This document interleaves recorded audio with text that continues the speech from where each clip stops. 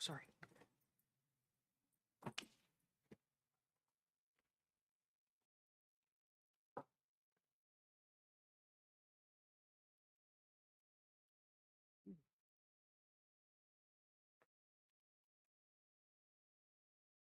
Michelle, you're very quick with making copies. I didn't intend that at all, but thank you. All right, welcome everyone to Township of Sparta Environmental Commission meeting of August 10th, 2023, starting at 7:03. We are live in the council chambers at the municipal building, and we're also live streaming on YouTube at Sparta TWP/streams. Please take notice that action will be taken on the following items at the Sparta Environmental Commission meeting today. Adequate notice of this meeting was provided to the public and the press on January 6, 2023, by delivering to the press and posting on the township website a copy of the notice. Can you do roll call, please? Yes, Councilman Dean Blumetti, Here. Chairwoman Kimberly Knoll, Here. Vice Chair Neil Sauerwein, Here. Christine Dunbar, Here. Robert Poles, Ted Gall, Here. Christine Rogers, Here. Linda Tower. Here. Thank you so much. Please join me in saluting the flag. Pledge allegiance to the flag of the United States of America and to the republic for which it stands, one nation, under God, indivisible, with liberty and justice for all. Thank you. Tonight, we have a presentation from the Land Conservancy of New Jersey. So I'm going to ask Barbara to take it away. Welcome, everybody. And one note, we will have 2 public comments tonight, one after the presentation, and then we're going to go on with the rest of our meeting. We might take a little break if folks were just here for the presentation and they want to have a public comment and then leave. That's up to you. Oh, one sec.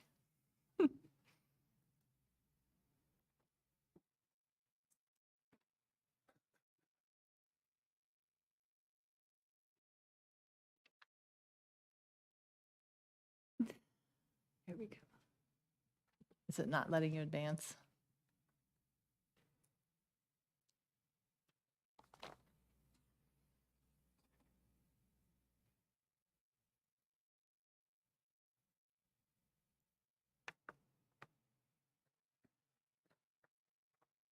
If the PowerPoint doesn't work, it's fine. I can talk without. Yes. I'm a good talker. We also have paper copies here, right? Right. And you can post it on your website if it helps. Yeah, I think it's already there.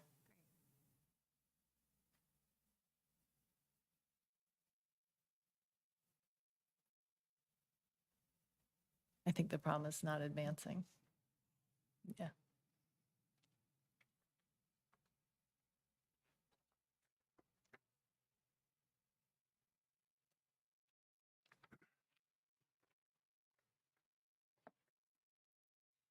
You want me to introduce myself? while Yeah, she's why don't we working do that that? out? Go Is ahead, right? Barbara. Michelle, I'm just going to introduce myself, okay?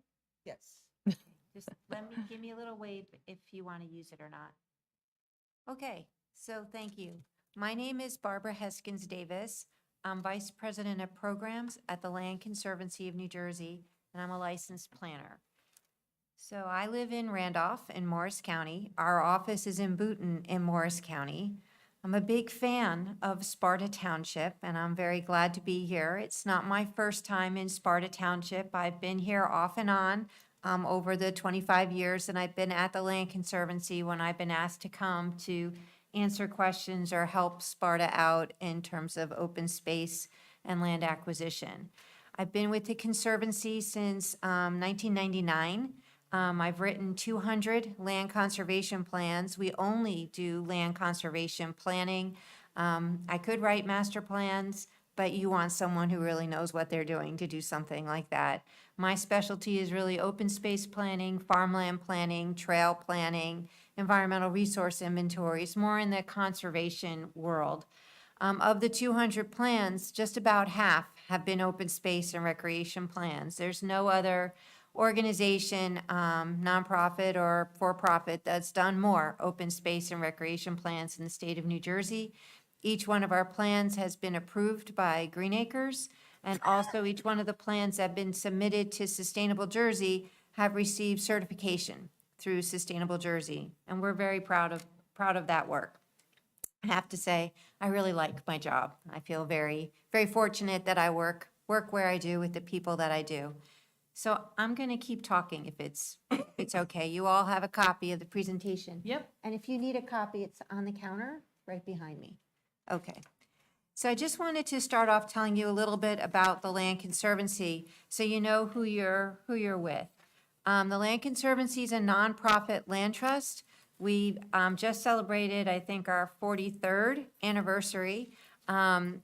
We work, I guess, in 3 areas, kind of stewardship, preservation, education, and planning. So our education program is one that I'm really proud of. We give 5 $7,500 scholarships to residents of New Jersey who are pursuing a degree in any form of the environment, and that's a pretty generous definition. So if you know someone who is in college and is interested in getting a $7,500 scholarship, have them check our website come the new year. We do have quite a few scholarships available. I also run an internship program where we hire recent graduates to work either on our preserves or they work with me on our planning projects. And I'm very proud of our internship program. I've had our interns go on to all sorts of leadership roles in all areas of the state. I get very excited when I see what the students end up doing.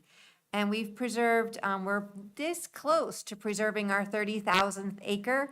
So hopefully, in a couple months, I can say we've done it, which would be very exciting. And we preserve land throughout the state, but we really focus in on the Highlands. It's where our heart is and where our work has been. We did do a lot of work in Sussex County itself, which is clearly where you're located. We completed Sussex County's open space and recreation plan in 2003, and then we updated it in 2016. I think that was one of my favorite updates because I got to work with Christine Rogers from the Walker River Watershed Management Group. I brag about them all the time. I would like to get more projects with Christine. I think that they're a great group. And we did their 2008 Farmland Preservation Plan. Doing the county plans brings dollars into Sussex County. Sussex County, this is one of my favorite trivia questions. They have 1 acre of parkland. It's the square in Newton. So what that tells you is what they do with their funding is they allocate it outside of county government. And not every county government does that. We're currently updating Bergen County's open space and recreation plan, and they expend money both in their municipal program and in their county program. Sussex County may not have a lot of money, but whatever they get, they give away. And I think that's a pretty powerful statement. We did plans we've done 18 open space plans for municipalities in Sussex County, 4 farm plans, 4 trail plans, 1 environmental resource inventory, and we did a countywide watershed plan. So I'm saying all of that because I want to assure you that we know Sussex County. And we do a lot of work here and we have good relationships. So why do you want to update your open space plan? And that's really why I've been asked to come, is that your open space plan was originally done in 1996. It was updated in 2003. It was done by your municipal planner. And I understand there was a kind of a re-exam of it in 2018 or 19, which was brief and didn't meet Green Acres guidelines, but a brief update. So, if you think about it, I'm always thinking about the money, right? So why do the work? There's 2 reasons. One, and this is the planning reason, it gives you direction, and that has a high value, right? Right now, I'm going to be a little bold, and so please forgive me. You don't have that direction as to where you want to go in terms of, or why, in terms of your open space, or what. All of your planning documents are too old. Even if you go back to your 96 and you go back to the 2003 and you compare it to what it is now, life was different in 1996 and 2003. And I'd even hedge that it was different in 2018 versus what it is now in 2023. So that's one, and it's a very valuable reason, and we're going to talk about that. The second reason is money, right? Your plans are too old to access state funding. So where does that leave that for Sparta Township? So one of the reasons that I always come back to Sparta Township whenever I'm asked to come to Sparta Township is because I believe that Sparta Township has done a pretty good job on its own in terms of its parkland. You may not have all the parkland that you want, or it may not be acquiring it at the rate that you want, but you've done it on your own. And there's a lot to be said for that. The council and the administration has felt very strongly that Sparta does not want outside funding in their open space and parks program. So to the best of my knowledge, you have never requested funding from Green Acres to help you with your parks and open space program. So what is Green Acres? I just want to make sure we're all on the same playing field so that I told Kim, my job tonight is for you to walk away empowered after this conversation. So you've heard the language and you kind of know what your options are. So what's Green Acres? So Green Acres is a division of the Department of Environmental Protection, and it's the realtor for the state of New Jersey for parks and open space. So anyone, whether it's the Land Conservancy, whether it's Sparta, whether it's Sussex County, or whether it's the state of New Jersey, if they want to buy land for parks and open space, they're going to go to Green Acres if they want state funding. And it's just like any other realtor, except they have money to help you. So if you're going to go to Green Acres and you're going to get money to help you buy land, you're going to have to do 2 appraisals and a survey and an environmental assessment and title work and all of those things that you would do normally. The difference is that when you go to Green Acres, they're going to give you money in order to buy that property. So, okay, it's really great to get money. What does that mean for Sparta Township? What's the impact? And if you're on the council, you really want to be able to understand that in a healthy way. Okay, so Green Acres gives money for parks and recreation, and they started this program in 1964. So if you were back in 1964 and you applied for funding and they gave you funding, it was totally great because you'd get your funding, and if you didn't have enough money to buy the park that you'd want, well, you would just sell off one of your other parks to get the park that you wanted. Well, that's kind of antithetical to what the Green Acres is looking for. They're not looking to reduce the inventory of land within the state. They're looking to increase the amount of parkland. So what they created is called a recreation and open space inventory. And it's basically a contract between the town and the state. And it says, I, the town, hold all of these lands for parks and recreation. And I promise that I'm always going to hold that land for parks and recreation forever. Love the town. And it's signed by the mayor and it's signed by the chair of the planning board. I think we have planning board people here, correct? Oh, are you the chair? Some in the audience. Okay, see, it's important. Okay. So the recreation and open space inventory becomes a legal document. Every property that you list on your, it's called a ROSI or a ROSI, every document that you list, every site that you list on your ROSI, once it's signed and submitted to the state, you then hand that to your municipal attorney, and all of those properties become deed restricted in perpetuity to only be used for open space.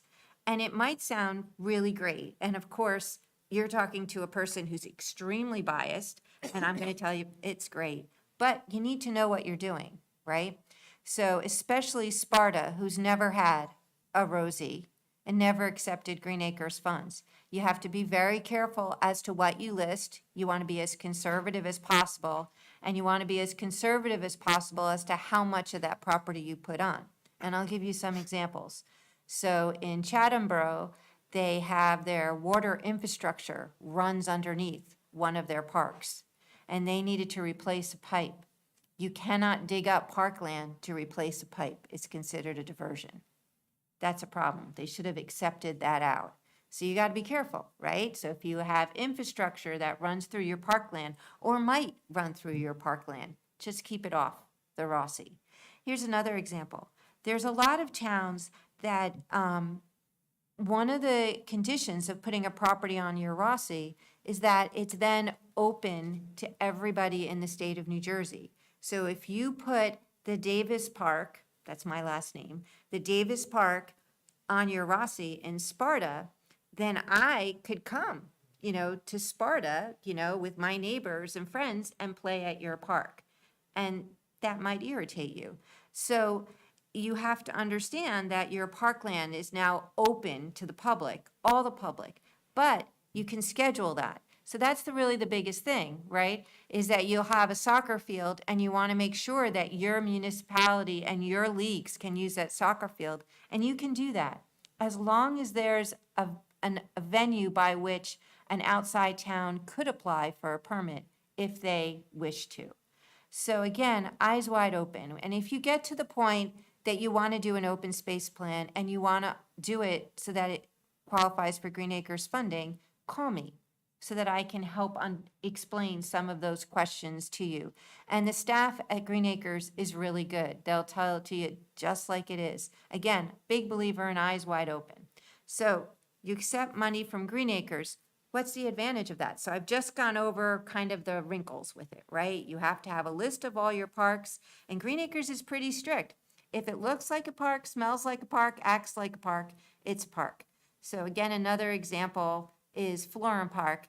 They have a gazebo and a big lawn in front of their municipal building, and they hold outdoor concerts there, and they wanted to leave that off the Rossi. It kind of looks, acts, and smells like a park, so they had to really justify why they wanted to leave it off the Rossi. So again, kind of depends for you. There are certain towns that just make the outright decision that they're not going to accept Green Acres funding. Hillsdale and Bergen County has a municipal pool. That's clearly a park, but it's not a successful pool, and they may close it and they may sell that land. So they have not accepted Green Acres funding because they want to keep their options open for that property. So again, these are the decisions that you weigh. And Green Acres you can talk to. So again, if we get to that point and you want to put together a plan and there's a property and you need state funding, we'll talk about it. So, okay. Now, what are the advantages of accepting Green Acres funding? They give you money. I mean, that's a big advantage. So let's talk about it. If you're going to do an open space plan, you can do what your consultant did in 2018. And you can put together an inventory of land and say, these are your, undeveloped lands, and this is your inventory, and call it a day. That doesn't meet Green Acres standards. Green Acres, when you do a plan, they want to say, okay, what are your goals? Why are you doing this? What are the needs? What really are the needs? And can you justify those needs? Like, did you talk to people to make sure that those needs make sense? How are you going to do that? What are your recommendations? And then what kind of time frame are you looking at in order to do this? And those are all kind of logical things for a plan, for an open space plan. So if you have a plan, and if you have an open space trust fund, which I think you do, right? And that open space trust fund collects, and I believe it's a cent. It could be as low as half a cent, but I'm pretty sure it's a cent. Might be half a cent. I would have to confirm. You get into what's called the Planning Incentive Program with Green Acres. It's a great program. So the traditional program, and we're going to stick with Davis Park, because I like that name. So I, Mrs. Davis, I own land in Sparta, 50 acres. It's beautiful. It's got uplands, very little wetlands. It's got an open field. It would be a great park, right? So Kim comes to me and she says, we really want to buy your park. I say, awesome. I'm going to sell it to you for $1 million. Kim says, score, I'm in. I'm going to buy that property. So you don't have an open space plan. So you decide it's really too much money for Sparta to do on its own. You're going to apply to Green Acres. So Green Acres has a site-specific program. Application is about 60 pages. It's a total pain.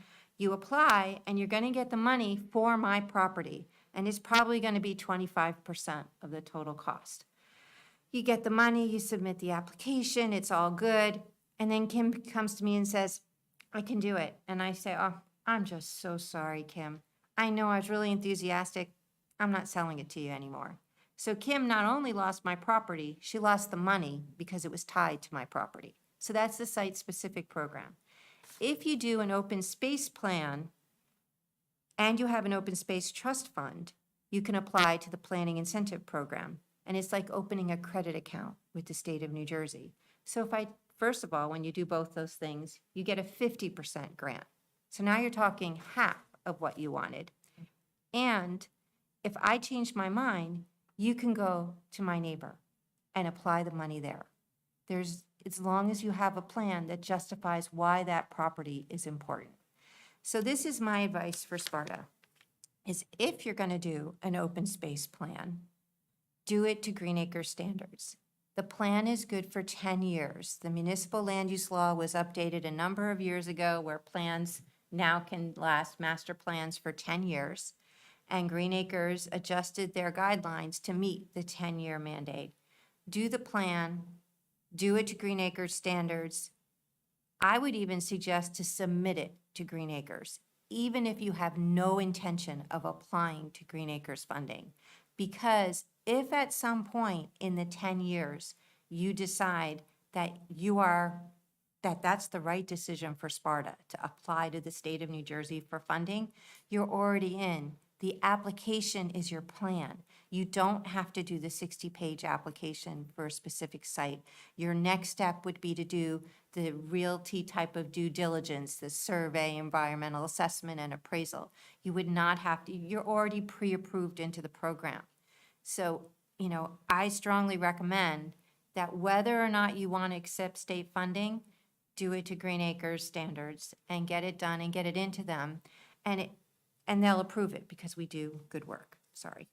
Okay, so I think before I go any further into the conversation, I want to take a little break and see whether that's generated any questions from the Environmental Commission.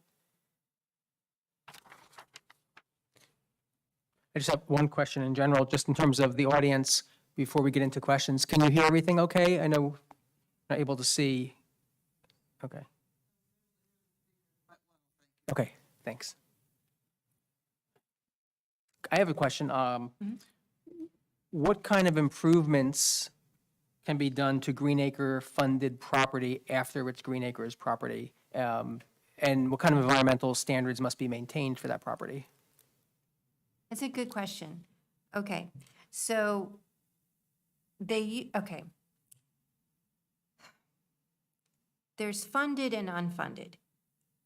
Excuse me, everything up to this point is unfunded. So you can develop those properties for recreation, outdoor recreation purposes, and you can even, I believe, put an indoor recreation facility on an unfunded property. So that's kind of important to know, that unfunded, you have a little more control over what it is you can do on that property. It's the funded property, so that's your question. If you accept Green Acres funding, what are the restrictions on improving the property? Really, the only restriction is that you cannot put a facility on it that does not support outdoor recreation. So you can't put your library on it. You can't even put up a community center that's going to have indoor recreation. Any facility that you put on a funded property has to be for outdoor recreation. So you could put up a concession stand or bathrooms. I love bathrooms. You definitely want to have bathrooms. If you want to put in a pickleball court or a tennis court, that's all good. It's the indoor component that really is the kicker. One of the towns I'm working with is currently upgrading one of their parks. It's an old park and it really needs facelift. And they're putting in a garage in the park, and they had to negotiate back and forth with Green Acres about putting in the garage, because what they have right now on the property is like a storage shed, and it services the parks, but it's inadequate in size. So Green Acres did approve it because the new facility is going to support outdoor recreation. So, that's really the key point, is whatever you're putting in, does it support outdoor recreation? In terms of environmental constraints, and this is my advice, whether you accept Green Acres funds or not, every single property that you buy, you should do an environmental assessment. Never, ever, ever buy a property and not do an environmental assessment. And it might seem like a big duh, but Montville Township went through a whole phase back in the 90s where they went, and we worked with them, so, you know, us too, but they purchased a lot of properties, and one or two they did not do environmental assessments on, and it's an issue now. So must do environmental assessments. Once you purchase the property and you want to do work on it, the only environmental constraints are the ones that you would typically have to follow when you do any type of development with the DEP. So wetlands restrictions, you're in the highlands, if it's a category 1, you know, all of those restrictions which you would normally do, you would have to follow. I did not look ahead of time to see what part of Sparta is in the preservation area. Do you have land in the preservation area? Yeah, it's about half, roughly half the town Half, in planning, half in preservation. Yeah, sorry, I should have looked. Preservation area comes with its own, you know, wrinkles. So Kinnelon that we worked with wanted to buy a property and they wanted to put in a community center. So they had to get special approvals from the Highlands in order to do that because they're entirely in the preservation area. So, you know, in terms of future use, if it's in the preservation area, you have to engage the Highlands Council staff with that. So just to be clear, there's no additional or no extra protection from the land that you need to, in a good way, I'm thinking of this, like if you use Green Acres funds to purchase property, doesn't have to be preserved as open space, or not necessarily? Okay, that's a good clarification. No, it's open space. If you use restricted dollars, like your Open Space Trust Yeah. Fund or Green Acres or Sussex County, it has to stay as open space. And I'm just gonna go down a path and tell me if I'm in the wrong path. It used to be that if you purchased property and it was forested, that the perception was that it always had to remain forested if you used Green Acres funding. And that if instead you wanted to take the trees down and put in a playing field, that would be an issue. It's never been an issue, it's a process. So if you purchase a property and you want to take the trees down because you want to put in a playing field, you really should put that up front when you're going to acquire the land, so that Green Acres is put on notice that there may be a change in the landscape of what you're purchasing. So, because public is going to come out, they pay attention when things change. So you want to be consistent, and if you change your mind later on, there's a process for being able to do that and to change the use of the property from forest to unforest. That's really the biggest thing. You have to have a public hearing and you have to notify people of what you're doing and notify the state. But you can do all of those things, including putting on an artificial turf. Oh, really? Yep. Oh. And you can get Green Acres funds to put in that artificial turf. That's surprising. Yes. Yeah. So that's something else to know about. Green Acres isn't just for land acquisition, it's for park development. And it's nearly impossible to find grant funding for park development. So if you want to do park development, you can use your open space trust fund, and I would guess that's how you've spent your trust fund. But you can also apply to Green Acres for park development funding. Can you acquire property with structures on them? Yes, Oh, you can. yes. And that's actually a smart thing to do. So if you're looking to put in an indoor recreation facility, so like Frelinghuysen did that in Warren County. And if you want to see it, it's nice. It's on Route 94. They purchased a property that was a former camp, so it had a lot of cabins and it had like a central facility that the camp used. They took all of the cabins down, but they kept that central building for a community center. And they used Green Acres funds, and they were very successful with that.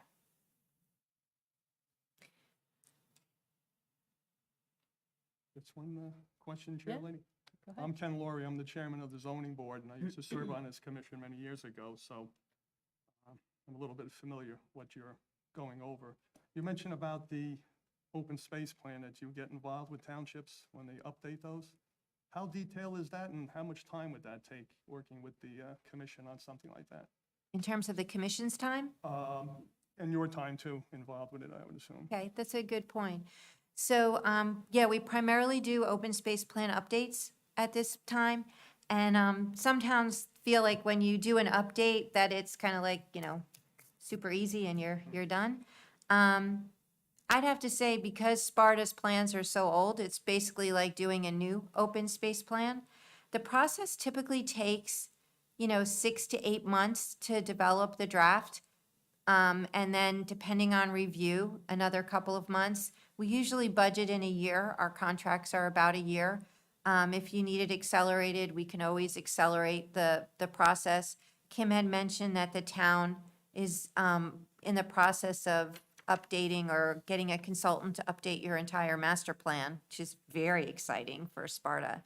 And it would be good to have this, go in at, synchronous to your master plan so that the goals are the same and kind of it's all out there at once. It's not, done at, asynchronous and all of a sudden now you have an open space plan that's done after a master plan.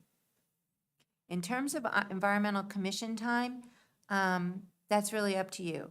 However much you want to be engaged. Our process is typically especially with the whole online platform, it's really nice to be able to have informal meetings, as needed. So we have a kickoff meeting. We always take a tour. We're usually out in the town a couple of times to get an idea of what's important locally. Green Acres requires 2 public meetings. So our recommendation is that one of those meetings be with the governing body and one be with the planning board. And the reason for that is, in order to get Green Acres funding or to submit it to Sustainable Jersey, because you did get certification in 2022, I believe, it has to be adopted as an element of your master plan. So that's the planning board's purview. But it's the governing body that's going to earmark the funding, so they're the implementers. So I like to be able to present it to both bodies so that everyone knows kind of what the story is and what's going on. And then Barbara, what's this Sustainable Jersey certification? I assume the commission knows. I never heard of that. What is that involved? Sustainable Jersey is a great program. Okay, so first of all, just know you're talking to a very biased person. I'm a terrible poker player. So Sustainable Jersey is a program that's statewide. It's run out of it's housed at the College of New Jersey, I believe. And they have a program by which municipalities get points for making their operations greener. So I looked on your application this morning, the EV charging stations that you have in the parking lot, I stopped in and looked at those because I have an EV car and I love EV charging stations. Those got you points through Sustainable Jersey, and you can get funding to put those things in. If you, change all of the cleaners that you use in the municipal building so that they're all, considered green chemicals, that would get you points through Sustainable Jersey. So that's more on the business end, changing your fleet, changing your electricity, changing how your municipal building is heated and cooled, all of those things. Then they have kind of more the natural features. So if you have an environmental resource inventory, it's 20 points. It's considered a priority action. An open space and recreation plan is 10 points. And I believe you're bronze certified at 160 points. So you received bronze certification. They have bronze, silver, and gold. Very few towns achieve gold. You have to be recertified every 3 years. So your next certification would be in 2025. I think Michelle is the liaison. I think that's what I saw on the website for your Sustainable Jersey program. And they have funding. They offer grants, several times a year. They'll have $2,000 grants for your green team and $10,000 grants and $20,000 grants. And just one last comment. I'm not trying to be funny. I'm originally from Bergen County. Is there any open space left in Bergen County? We're doing their open space plan now, and there is. And I grew up in Bergen County too, so all good. Thank you. Yeah. That's a good point. So is it okay if I segue to the next part of what I want to talk about? Yeah. I know I'm not following my presentation. Sorry. It's on the slides. So this is my view of why to do an open space plan, okay? So the traditional thought about doing an open space plan is, and you can do this, is that, okay, I live in Sparta and it's, I forget how big it is, 20 square miles. You're a big town. And of the 20 square miles, we look at the tax assessor database and we look at class 1 or class 3. That's your vacant or your farmland. And traditionally, that's your available open space, the land that would be potentially available for acquisition. And you'd put that down and you'd be done, right? So this is my view of why you want to do an open space plan. Because I get this question a lot. You know, I want to know, meaning I, the town, what's potentially developable or potentially undevelopable. And, you know, I want to target the undevelopable lands or the developable, whatever it is your priority is. My view is that when you do an open space plan, you really want to look at why you want open space, right? It could be, like I live in Randolph, as I mentioned, and we have a pretty good system of parks. But what we decided, because I served as chair of our open space committee for a number of years, is that our goal was we wanted everybody to be able to walk outside their house and get to a park somehow, right? And it's a pretty suburban community. I live on a third of an acre, you know, there's a lot of cars. And we did it. We put in a 20-mile trail system. You know, we use quiet neighborhood roads to be able, like, I walk on neighborhood roads and I can get to the trail system, I can get to the school. I can't walk everywhere, but I can get pretty far on the trail system. So that was our priority. And acquisitions were based on that priority system. So we would acquire, there was one property off of Millbrook Avenue that had a house, but the rear portion of it, it's one of those kind of railroad lots that has a long backyard. You know, was right up to where we wanted to put the trail in. So we bought the backyard, and all good. They were happy, we were happy, they were never going to use it otherwise. That worked well for my town. We're working right now in East Hanover and in Montvale, and the priorities are different, right? For East Hanover, they really want to close in some of those flooded areas. They have big issues with residents getting flooded, right? So if they can purchase some of those properties and increase the flood storage capacity, that's really a big benefit for their municipality. Montvale desperately needs more parkland. That's one of the Bergen County communities. And they're being pretty proactive right now about doing that. So the question comes in, you know, how do they balance that? Because they're purchasing the properties, they don't want to use the whole property for open space, so what portion of it is important? So you really need to look at your geography and also the community needs to define what it is that's important, and then it's really going to work. We did Vernon Township's open space plan update. Again, a very much different community than Sparta. But they also, it's almost like you have to kind of dig in to kind of hot spots. They want to connect the municipal building to some of the parkland, and they have a vision for it. So formalizing that into the plan really made a difference. Sometimes what we do is we look at, you know, the municipal land that's unused, you know, and just held onto, and you might have gotten it through foreclosure. And does that represent opportunities? You want to do the easy things first, but we'll always be aspirational in there as well. I tend to look at, like I said, we did Sussex County's plans, and Sussex County's open space plan, we did a whole modeling exercise to determine water resource priorities. So theoretically, those properties would rank high for the Highlands Council and for Sussex County, you know, theoretically. So I always include them in the municipal plans that I do in Sussex County because you never know, you know, if those are going to come up. We do look at farmland in the open space plans, even though it's not a farmland plan, because the county has farmland priorities. We know what the state's priorities are. And again, I just want to maximize opportunities for Sparta Township because, again, you just don't know. If a farmer comes in and says, you know, I really want to look at other options for my property, if it's in your plan and the information is in there to empower them as to what to do, whether or not you're going to use your own trust, you've given them the tools to be able to move forward and know who to talk to and kind of what to do. So those are important. The New Jersey is updating its outdoor recreation plan. It's called Outside Together, and that's supposed to be done, I thought it was supposed to be done at the end of 2023. Well, I'll see. And that's going to outline the state priorities for open space and parks, and I would like to make sure that Sparta's consistent with that. The more you're consistent and the more that you recognize these regional efforts, the more you can access other people's dollars if you so choose. And that's always a good thing. Barbara, while we were talking before we started, you mentioned a process called visioning that you did with the community. Can you explain what that is? Right. So, it's actually, I would almost recommend it as part of the master plan process. I think your planning board chair is here, and, I know, and, you're the planning board chair? Oh, sorry. Celeste Luciano. Okay, hi Celeste, I apologize. I thought he said he was the chair. I apologize. And I know Dean said he was on the planning board. I think as part of the master planning process, it's really helpful to have a visioning exercise. There's so many ways now to get public input into a process. I think getting people out to a meeting is becoming increasingly challenging. And it's not something new. Everybody's always very time stressed.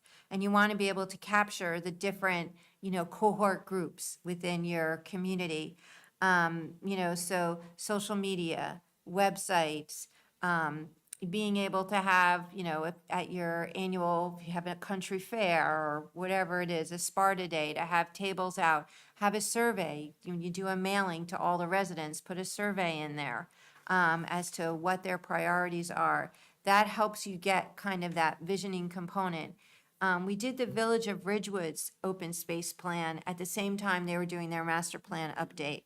And they had done this visioning first, and then they did their master plan. And for some reason, the open space component got very controversial, really controversial. And that's not a space that I want to be in, but that's the space that we were in.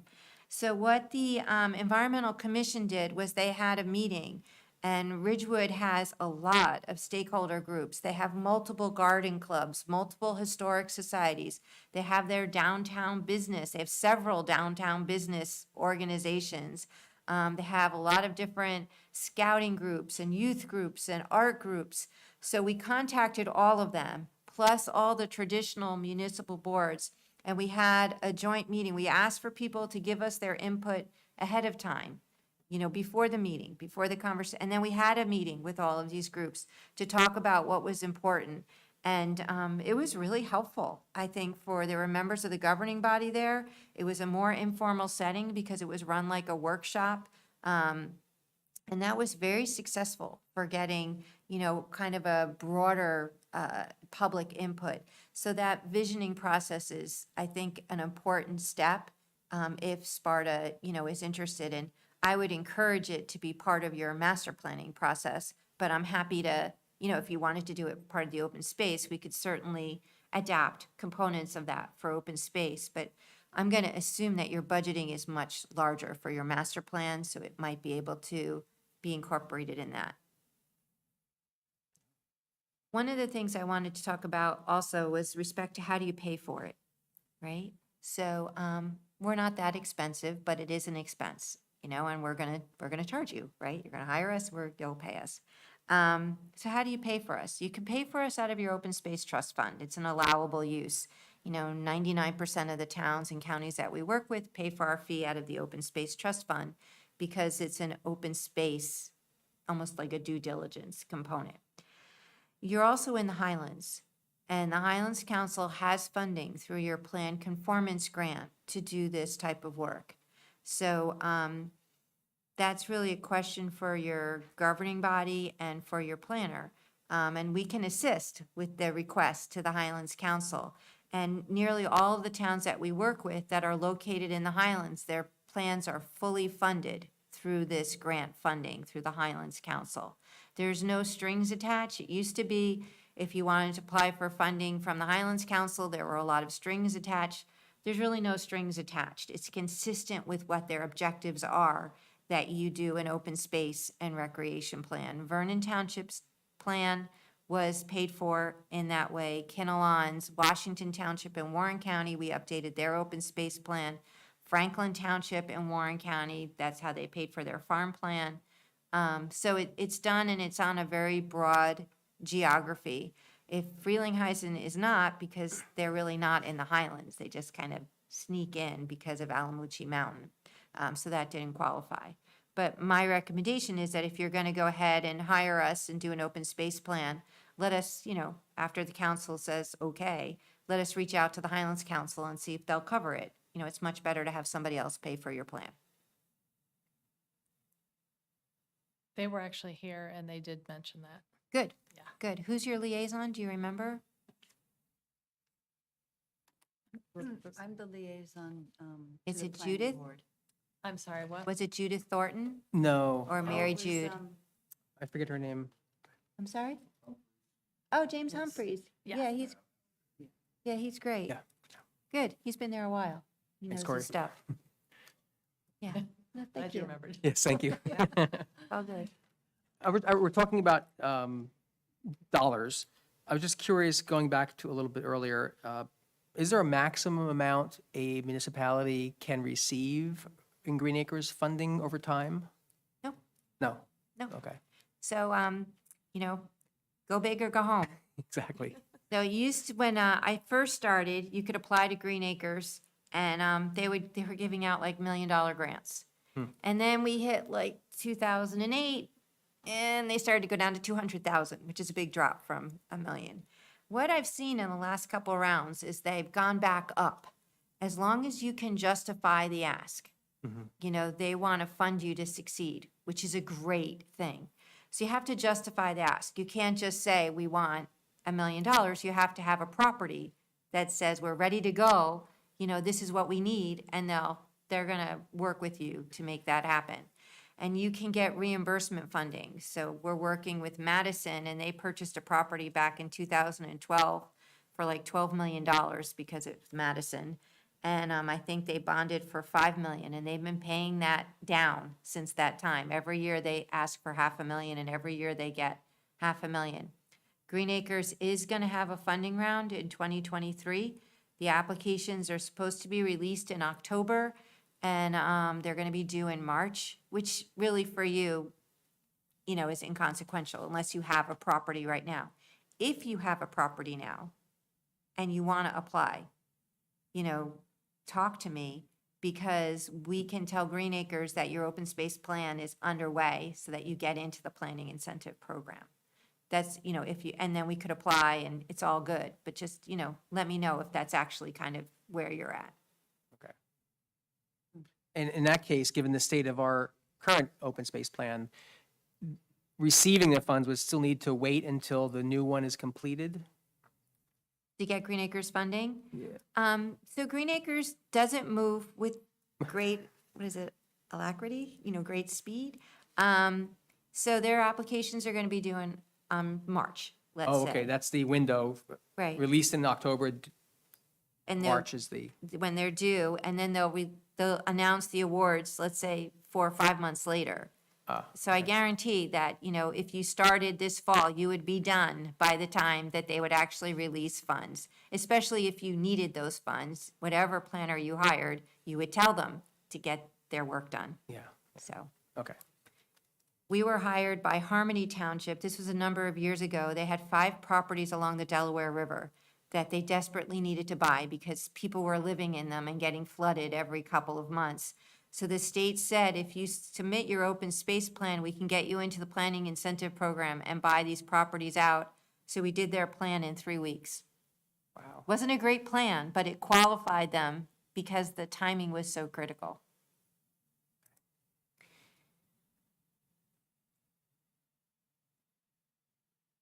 Any other questions?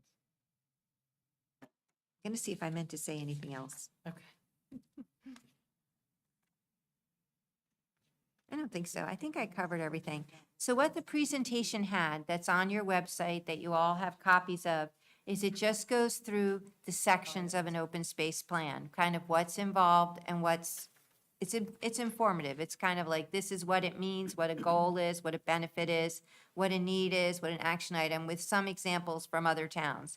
It does go over the Green Acres website and the Green Acres guidelines. It gives you an idea of what a sample schedule would look like to do a plan, and it has my contact information. So, don't hesitate to ask me questions. This is what I do. So, In addition to the Green Acres funding, what other sources of funding would we be eligible potentially if we had a plan versus if we didn't? so if you have a plan, it's Green Acres. Okay. That's really going to be the big kicker. You do already qualify for county grants. Sussex County has very, very little money. And they do, I think they fund trail projects. They do have a funding round you can apply, but I can't emphasize enough, it's not a lot of money. There is foundation funding, but that, it can also be challenging to get. You know, for Sparta, one of the things that our organization would really look at is state direct. You know, you have a lot of state, owned land now. Are there other opportunities for the state to be the purchaser and final end owner of the property? So that should be part of, your planning process. But, and you don't have to submit it to Green Acres. I just think you should hit all the boxes and make sure that, just in case, you're good to go. What does the state look for that state direct option where the state would actually buy the land and, I guess, preserve it, I'm assuming, keep it open space? Yeah, so it's a good question. So we're all gonna wait to see what their new plan says. Okay, But typically what it's been is if it is near or next to one of their existing holdings, or it's in an area that they've identified as a priority area. So when we do your plan, we do look at what those state priority areas are and include them in the document so you know where those are located. They're called conservation focal areas. Would we be able to transfer land to the state with deed restrictions that would prevent them from clear cutting and whatever? Okay, so that's a whole nother entertaining part of Sparta. So the state, you can't, okay. So let's break your question down into pieces. The state accepts lands. You can offer it to them, and then they would agree or not agree to accept those lands. The Land Conservancy owns land that we'd really like the state to own, and they've said no. So I'll just give you, not every land is state important. They've accepted other land from us. So that's the first step. You would submit an application, and they would say yes or no. Now, if you didn't want the forest clear-cutted, that's something that, once you give it to the state, you have no control over. And right now, the state is using that as a management tool for their state parks. And you know this better Like than a anyone. conservation easement on it? Nope. So if you want to, maybe you can negotiate that with the state, but tell me if it works. I think that would be great. You would have to retain ownership just to make double extra sure that, if that was not the course of action that you wanted to take. But, yeah. and a follow-up to that, what's the realm or range of activities the state may choose to use that land for if they purchased it? So eyes wide open. If you want to give it to the state, you need to ask them. Okay. What agency's gonna own it and what their intended use is. Is it Parks and Forestry? Is it Fish and Wildlife? So I would have those conversations with the state entity before you went ahead and gave the property. So property that we have owned, that we've given to the state it was also in Frelinghuysen Township, and it was part of the Peak West River, and they manage it the same way we were managing it, so it was consistent with our goals, but we did ask ahead of time. Okay. Like, for example, you probably would not want the state to say, oh, Department of Transportation.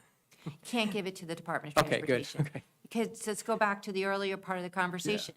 The land's deed restricted, Right. right? Okay. So it's deed restricted as open space, hopefully, before you, okay. but once you, give it to the Department of Parks and Forestry or Fish and Wildlife, it absolutely becomes deed restricted as open space. Okay. What's interesting is we worked on a property that was owned by DOT that they declared surplus land. So we used Green Acres funds to help purchase it. And the DOT insisted on having, I'm not a lawyer, so I don't have the right words, like a caveat in the contract that said that if Green Acres ever decided not to own it, it would revert back to the DOT, which is against Green Acres rules. Green Acres never gives land back. So it needed I think the attorney generals for both departments to negotiate out those clauses in the language. So once you give it to the DEP, whatever department, it stays with the DEP. It doesn't go back. Got it. So to switch gears a little bit, for the open space process, right? So how we develop a plan. A lot of our area is in the Highlands Preservation, and the Highlands Council was just here, and we were discussing the potentials for becoming more compliant in the planning area and really aligning ourselves a little bit closer with a regional master plan. Does your process get impacted on any level if we decide to go that direction? No, it's all good. So what we do is we look at the Highlands Regional Master Plan because they have priority areas in their master plan, and we'll incorporate them into your open space and recreation plan so you know exactly where those geographies are. You're only going to preserve properties that are of local importance. You know, that's where you're going to invest that money. So to circle back to Christine's question, which I should have realized, is that, you know, if you do become a conforming municipality, the Highlands Council does have funding for land acquisition that you could then also receive in order to purchase property. You know, the challenge with being in the preservation area, which you know is future use of those lands. So you just have to be, if you're going to acquire land in the preservation area for parks and recreation, you should meet with the Highlands Council staff first to confirm what it is that you can do or not do. And I think that goes back to your question with structures. If there are structures on it already, it's like, good, because then it makes it a little easier because you already have the impervious coverage on that property. So you just need to keep talking to the Highlands Council. Thank you.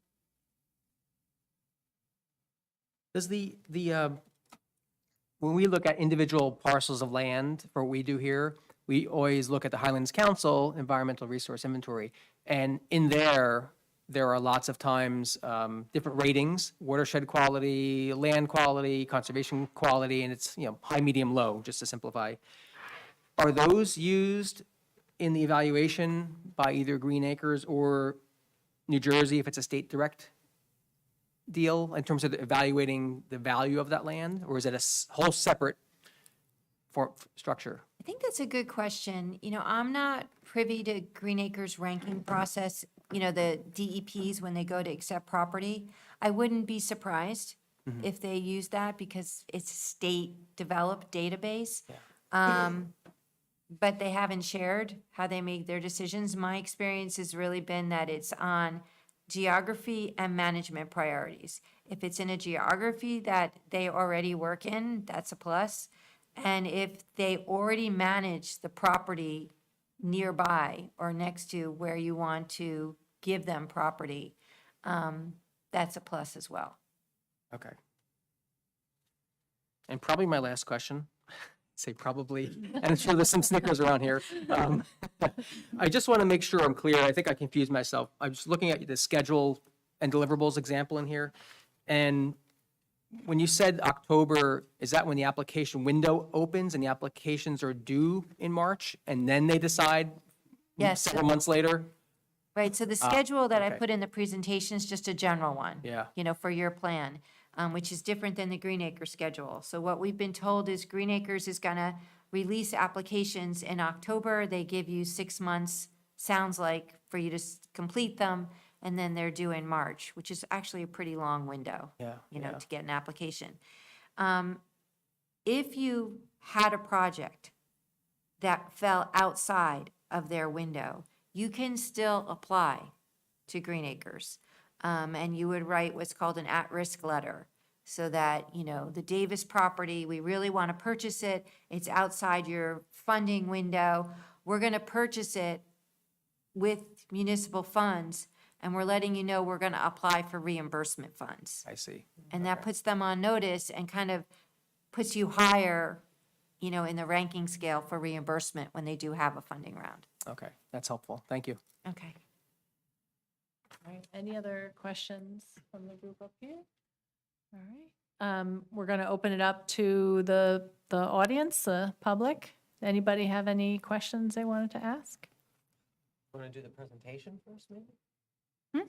You want to maybe start the presentation? This is what people see out on the live stream right now, so it's just a suggestion, that's all. I guess I don't understand the question. You mean cycle through the slides? Cycle through the actual thing Oh. first before everyone else. I don't know. it was Well, just- we were looking at the paper, so I think everyone here is good. But you could go ahead and cycle through as we're Whatever you- talking. Hi. I'm really impressed with the comprehensive detail that you're presenting. I was not able to hear all of it. My question is, if I understand that Green Acres would provide part of the money for land, and the Highlands Coalition would also provide money, is that right? So Green Acres can provide up, if you go into their program, can provide up to 50%. The Highlands Council, which is the regulatory body, typically has funding once a year, once every other year that you can apply for. So I don't know whether it would go above the 50% of the cost. That's something I would have to look at the application process. So it would be very important to talk to the coalition early on, The council. the council. Right, so the Highlands Coalition is a nonprofit advocacy group, and the Highlands Council is the governmental body.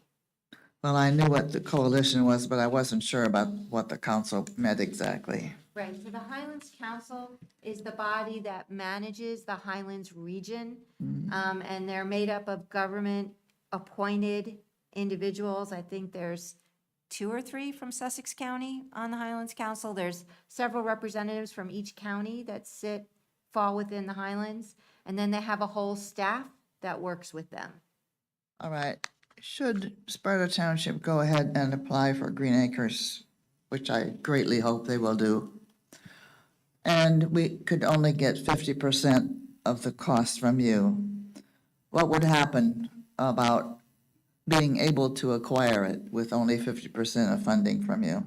I was waiting for someone to ask about the other 50%.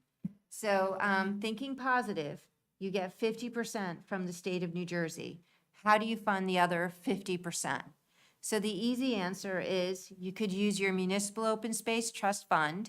You can apply to Sussex County for that other 50%. The other thing is that when you negotiate with the property owner and it's appraised, so let's say it's my property and it appraises at $1 million, but I agree to sell it at $800,000. So I'm doing a bargain sale.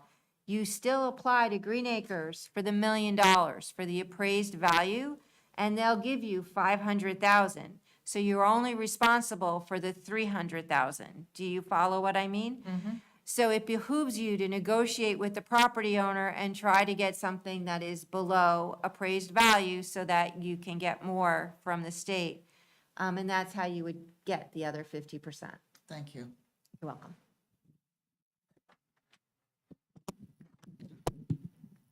Oh, dear. Thank you. I'm not good with mechanical things. Thank you. Any other questions? Hi, I'm Corey Stoner, the township engineer. Oh, Barbara hey, Davis. Corey. Hi, how are you? I've known Barbara Davis through phone calls and Zoom meetings and things of that nature through other towns. So just want to state the open space plan is, I think is very valuable, especially when you're going through the master plan process. So if you are doing the master plan, it's a great time to do it at the same time.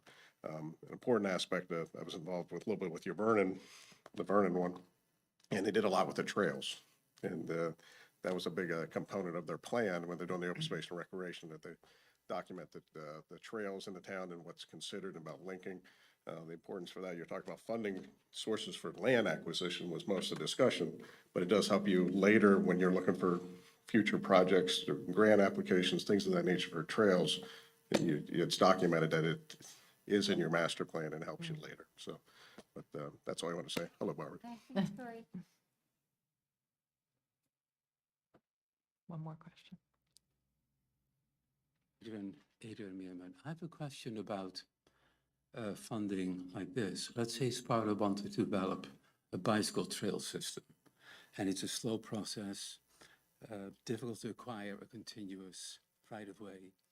How would funding look at, say, a partial funding of a bicycle trail, even though the trail itself may not be completed in, say, 15 or 20 years. As long as you have a plan that shows how you want to connect up that bicycle trail, the funding will support it. It's different funding sources than what we've talked about this evening for bicycle lanes or bicycle trails. I'm assuming that if you're talking about trails, you're talking about off-road, you I know. was thinking that, Yeah, yeah. interior. A good group to kind of talk to, or when you, especially for off-road bicycle trails, is JORBA, the Jersey Off-Road Bicycle Association. They're pretty knowledgeable as to what's involved in putting that together. And that would be, and we've worked with them on several of our documents, but that would be my suggestion. You need to have a vision, just like Corey said, that's written down and documented somewhere as to why you want to do this. And yeah, land takes a long time, so 15 to 20 years is not unrealistic. And they would look favorable upon that, yes. Yes. Yeah, all right, thank you. Thank you. Any other questions? I do have one more. I broke Okay. my promise. Just was wondering, what are the typical challenges that you've seen towns face or you face in terms of creating the open space plan or revising it from any source? What kind of challenges could come up? Do you want me to be brutally honest? Yes. Okay, so brutal honesty is if I'm going to be really honest. Okay, so don't think less of me.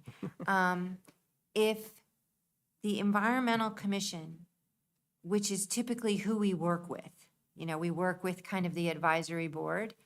If the Environmental Commission does not fully engage the planning board and the governing body and the planner in the review of the document, that's when I've seen problems occur. Is that when the document is written in draft form and then it's given to another body for review after the commission has read it, and the other body says, you know, we didn't want to include that, or you completely misinterpreted, you know, that's when I've seen problems, or those misconnections. So the more integrated that can be, so having you sit on the Environmental Commission and the chair of the planning board sit on the Environmental Commission and be involved in the, you know, the ideas and the development of the document, the easier it's going to be as you get through the approval process. And then recognizing, like in Ridgewood, when all of a sudden some things are coming up and you're kind of like, you know, to take a step back and have that meeting, you know, and get in a larger input into it. The difference between an open space plan and the land use element is the land use element is more regulatory, right? It leads to your zoning. An open space plan is, and maybe that's why I like them so much, they tend to be more conceptual in nature. This is what we'd like to do, and this is why we'd like to do it. It's not a regulatory document. So that's where I think sometimes the disconnect comes in. So the more that people understand that and understand the 10-year process, just like the gentleman who asked about the bike trails, it takes a long time to do. I think the more successful. So I hope that's okay. All right. Thank you, everybody. I'd like to make a motion to take a 5-minute break. What? Okay, I'm sorry. She still has to do the presentation. No. People are waiting for this. So we've done it. We've done that. We've done This it. was ready the whole, Yeah. We've walked through it though already. okay. Sorry, people That's in the okay. public. But the public heard what I had to say. Yeah. Yeah, no, they heard it. Yeah. It's just that, And the document is also on the website, right? You put it there? Not yet? no, because we were doing it this Okay, way. we can So post it. just- I was hoping you were getting into the presentation, but, Yeah, no, I didn't think that you could do it. oh, which no, is why no, I we just were started all talking. ready to go once that was up. Okay. Really, the presentation was just pictures to my words. So I didn't say anything Okay. that's not in there, so. All right, then I will Hopefully take this back nobody's off and upset. we'll take the So- break. Can we add this online afterwards? Yeah, we can add it online. Just in case the public wants to flip through it. Sure, sure, Great, yeah. perfect. Um, Yeah. Thank you, Michelle. No problem. Yeah, sorry, I No, misunderstood. this was the- all ready to go once that got back on the screen, but like she kept saying before the presentation. Barbara, so do you I will- mind if I just ask you the big question is that what do you think that this would cost if we employed you to help us plan this Really big depends project? on, kind of what you want to do. Our fee is typically between 13 and 15, depending on what you want included in that process. So, if you want us to submit a proposal, I'm always happy to do that, and I can talk to you and Kim offline just to make sure I really understand what the scope is. But that's typically, and that's a pretty typical fee. We tend to be a little bit lower than, other groups because we're part of our mission to do this. And one of the factors that you would take into consideration is the previous plans and the mapping that's been done? No? Nope, the previous plans are way too old. So it's really a redo. It's called an update, but your plans we obviously use, as a basis, what was recommended, but it's a whole new world now. And a lot of that land that was identified as important is no longer available. So there might be different priorities now, and it's a different world. So, no, the mapping has to be done, and you want it done. You want a clean, updated copy. What kind of support do you need from township employees during this process? That's a good question. Like when we did Vernon's, having the opportunity to talk to the engineer, because he was so involved in the trail development, was really key, and it made the plan that much stronger. So Corey had to give some of his time to be able to do that. Typically, it's more confirmation. We do want the town manager, administrator, whatever the right title is here, to be involved, the clerk, so that we make sure the planning board secretary, that we have the right planning documents, the tax assessor, if we have questions about the tax database. I'm not sure if you're all familiar with Daniel's Law. Daniel's Law, I believe, was instituted. They keep pulling it back, but where the owner information is recused from the tax assessor database, makes it very difficult for us to do our work. So we typically ask that the town provide us with the full tax data, and we don't release it. It's in the contract, so that we can do that evaluation based on owner. And the CFO, so we can find out about your open space trust fund. Thank you. Okay, all right. Thank you very much. Thank you. All right. Thank you, Ms. Davis, very much. 5-minute break, okay? Do we have to get approval or anything like that? Just take a 5-minute break? No, but whatever needed to happen is done, so unless someone else needs a break, Okay. just for me to get this back online, but. Oh, okay. Thank you. Thank you so much. Thank you. Yeah, it was. You guys, if you want to leave, Oh, you yeah, wanna thanks. stay either way. Thanks for Yeah, the yeah. invite again, Jim. we're going to keep going with the Yes. meeting.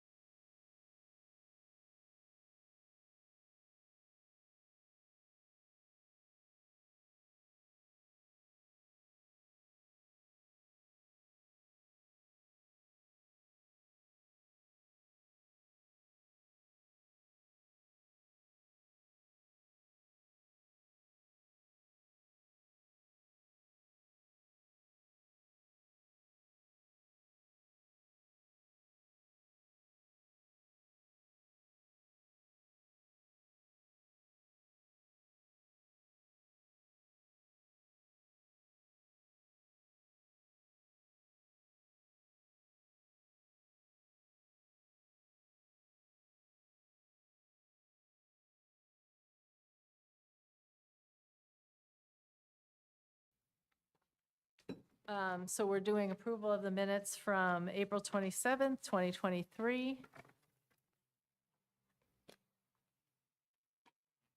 I don't know if everybody had the opportunity to pre-review them. Any changes at this time, comments or questions? I did take a look, if I can offer 3 minor changes, or Yep. updates. They're minor. The first one is on page 2. At the end of that long first paragraph, the new zoning board member, Landon Tanieri. Just for the record, I just wanted to correct his first name spelling. That's the way it is on the website, so I'll, Oh, okay, yeah, that's incorrect on the website then. okay. Yeah, okay. We'll have to get that, yeah, we'll have to update that. It's Landon. Oh, it is, Yeah, okay. yeah. Okay. Under, right down the same page, unfinished business, Mhm. the third paragraph has Chairman Blumetti, and it should be Councilman. Thank you. Sure.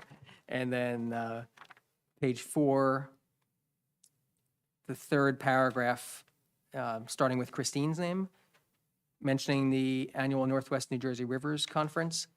I think it's Centenary University, not St. Mary's, right? That's correct. Yeah, I think it's Centenary University. I'm sorry, Christine. Page 4, So four. third paragraph, Yeah, the one that starts with Christine Rogers. Yep. The university is Centenary, Oh, not St. not St. Mary's, yeah. And that was it. Thanks. Anybody have any other Yeah, changes? I had one on page 3, under new business, the first, second, the third paragraph, the third line. YouTube is one word, I think, usually. Oh, you're right.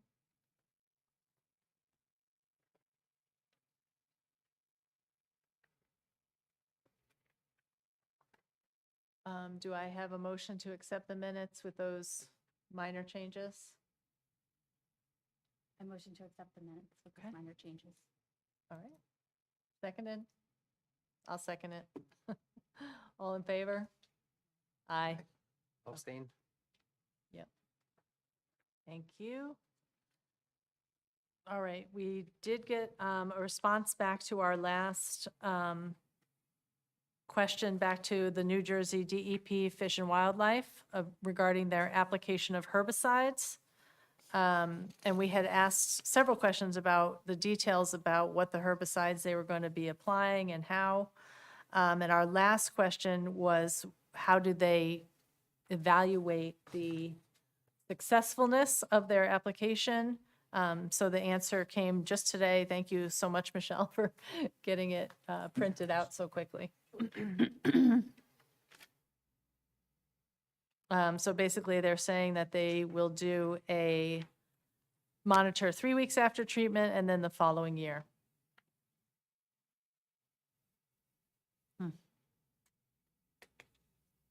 Did they tell us what they were spraying with? That was in the last. The last correspondence? Okay. Yeah. All right, any other questions, comments on that one? Okay. We did have one complete application to review tonight. That's PBA number 707. I think we have all the plans and stuff. We're gonna. I did look online, but they were hard to see. Do we want to go and take a look? Oh, yeah, thank you, Dean, for sending that summary that the council, Okay. with the map feature the council has. That's great.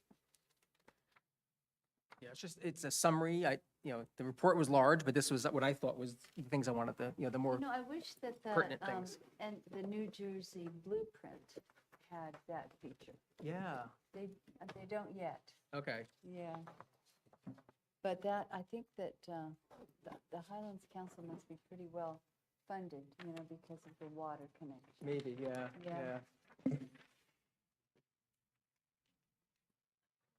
Way.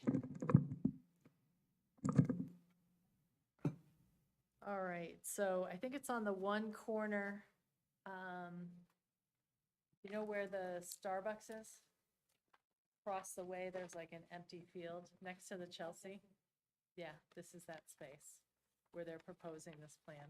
On the other side of the car wash? No, because the Chelsea's on the other side of the car wash, Yeah, this is right, It's- right across from Starbucks. right across from Starbucks, Yeah. across the entranceway. Where the big light is that you'd go into North Village, Yeah. the main light. Oh, If here, you're this is. coming, if you're going into North Village, it's right on the left, that corner, on 15 and on that north, Next to the senior center. yeah, The senior. Yeah, next to the Chelsea. So it's Yeah. before the Chelsea. yeah. Yeah. So here's 15. Here's the Starbucks is here. It's gonna be here.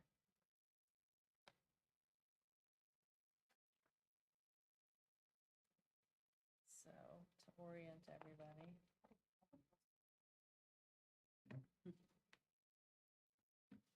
I love Bubba-Tees. That's the other place over there that does Mexican food. Very similar setup. Yeah. Very similar setup. Is that the taco place you mean? Oh, yeah, Yep. I've seen that. I haven't gone in, but I've seen, yeah. Okay, yeah, so here's 15, here's the Starbucks building, here's where they're proposing. This is the Chelsea. This starts the condos that are over there. There's a pretty drainage basin right here. Yeah, Oh, boy. So these guys that are living over here are gonna have all that traffic yeah. there. And then there's gonna be two other places, the Chipotle and two other vendors in Yep. there. Yeah, Yeah, but so it's only gonna one be story, 3. interestingly, one story only, but, Mhm. yeah. And all the traffic, right, is all gonna be coming back, that's the only way in and out.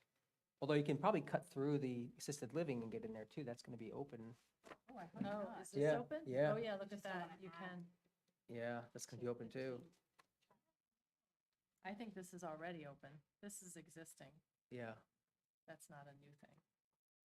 so I imagine people would Yeah. also, if Cut you here. can, I'm not sure how they're gonna, to come out, I don't know if you can get back this way, it might be one way, but, Hmm. yeah, but it's gonna, So the updates that the council adopted last night don't the council didn't adopt any updates last night, it was tabled, but that wouldn't apply here, that's just the next zone over, which is across the street.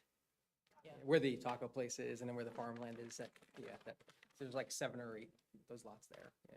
This is a whole separate zone, it's the PCD, not PCED, and also there's something called like something overlay, like a town center overlay, I think it's special zoning for this planned development. I'm honestly not sure exactly what all the rules are yet. I think we'll learn more, Christine, right in the next, as you get ready for the planning board for this, about what the exact zoning rules are. I think it's a special, big planned development that has its own rules. So it's not like we're just looking at a separate lot from scratch. Like there's a lot of existing rules around what can be done that apply to the whole development. This, the whole existing development? Yeah, yeah, the whole North Village Center. I suspect it means that there's a lot less variability in what we can, as the EC or even a PB can do probably. I think it's probably, a lot of it's already established when this whole plan for the whole North Village got approved.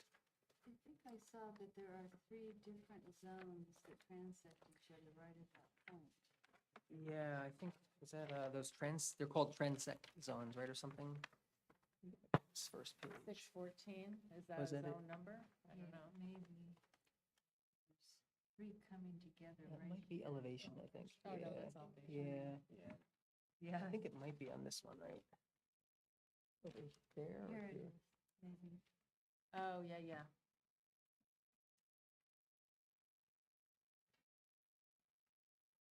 Because you have mixed use, and what's this say? Limited commercial, Limited commercial. and this says mixed use, and this says business transact.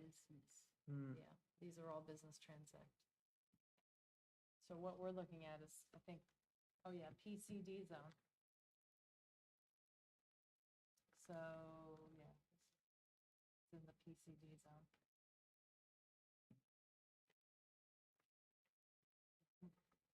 This says across the street is PCD zone too. We should just That's an file error, it. yeah. Yeah.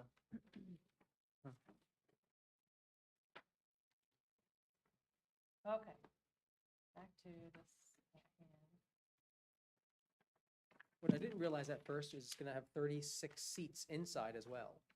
It has the drive-through, but also has 36 seats inside, which, yeah, I didn't realize that part of it. And lots of parking spaces, 36 or something like that. I think 27. Yeah.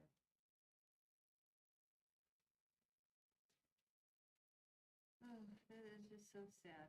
I almost cried when I saw that come in. And then they said, this is the last development for the North Village. And I'm like, I was hoping there would be a little park or something for the seniors. The seniors need a little park. There's no place for them to go outside, for heaven's sakes. There is a park on the other side of the condo, a big playground. Right, but not, I mean, seniors were talking about, Oh. they need to get out and the fresh air. Oh, across from the Chelsea, you mean? Yeah. Yes. Yeah. But I suspect this is financing somebody's college education.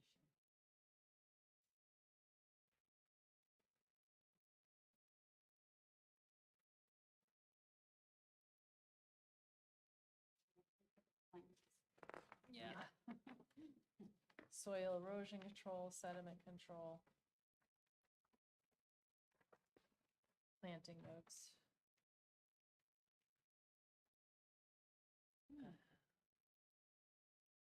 Oh, service berry, yay. Yeah. Anything objectionable? Is this summer sweet ruby spice the one that's invasive? No. Okay. Do you get a sense of what percentage of those are native? A lot of them are native. Oh, Yeah. really? Yeah. Yep. This is not. Got big lilacs again. I think that's native, right? Although it's autumn jazz, it's a cultivar, but it's native. Dentatum, yeah. native Yeah. cultivar.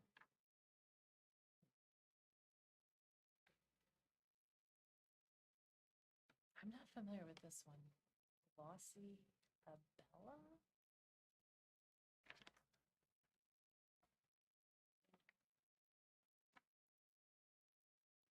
So, I don't know about that one. Service berry native, boxwood no, summer sweet can be, I think you said it is native, right? That's a native one.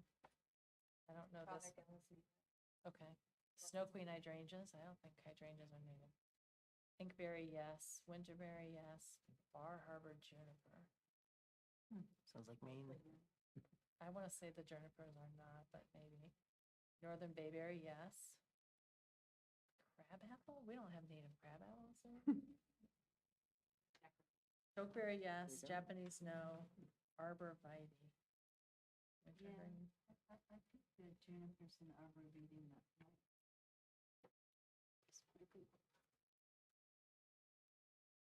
Might be native, you think? Okay.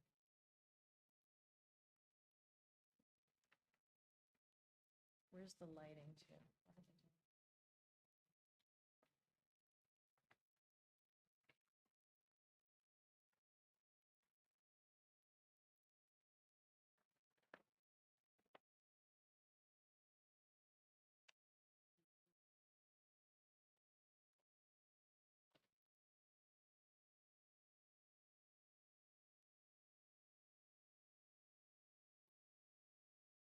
Which one is this?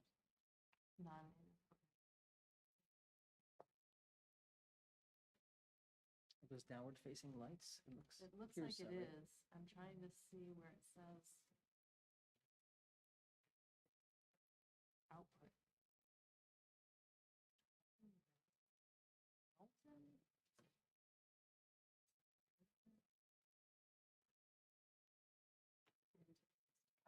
Not invasive. Okay, good. Okay, probably gonna add some color.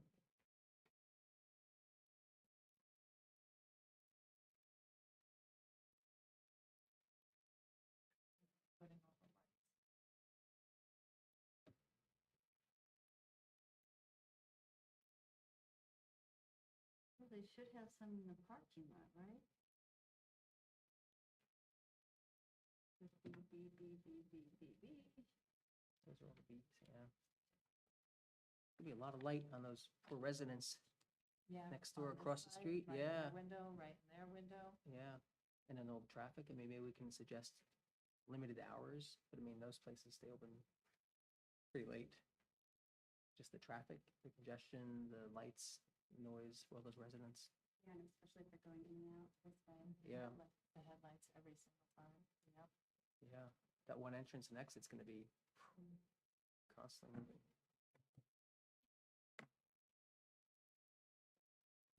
Any other comments on that? And solid waste storage area, I think that's just the garbage. fencing and walls around Yeah. it, right?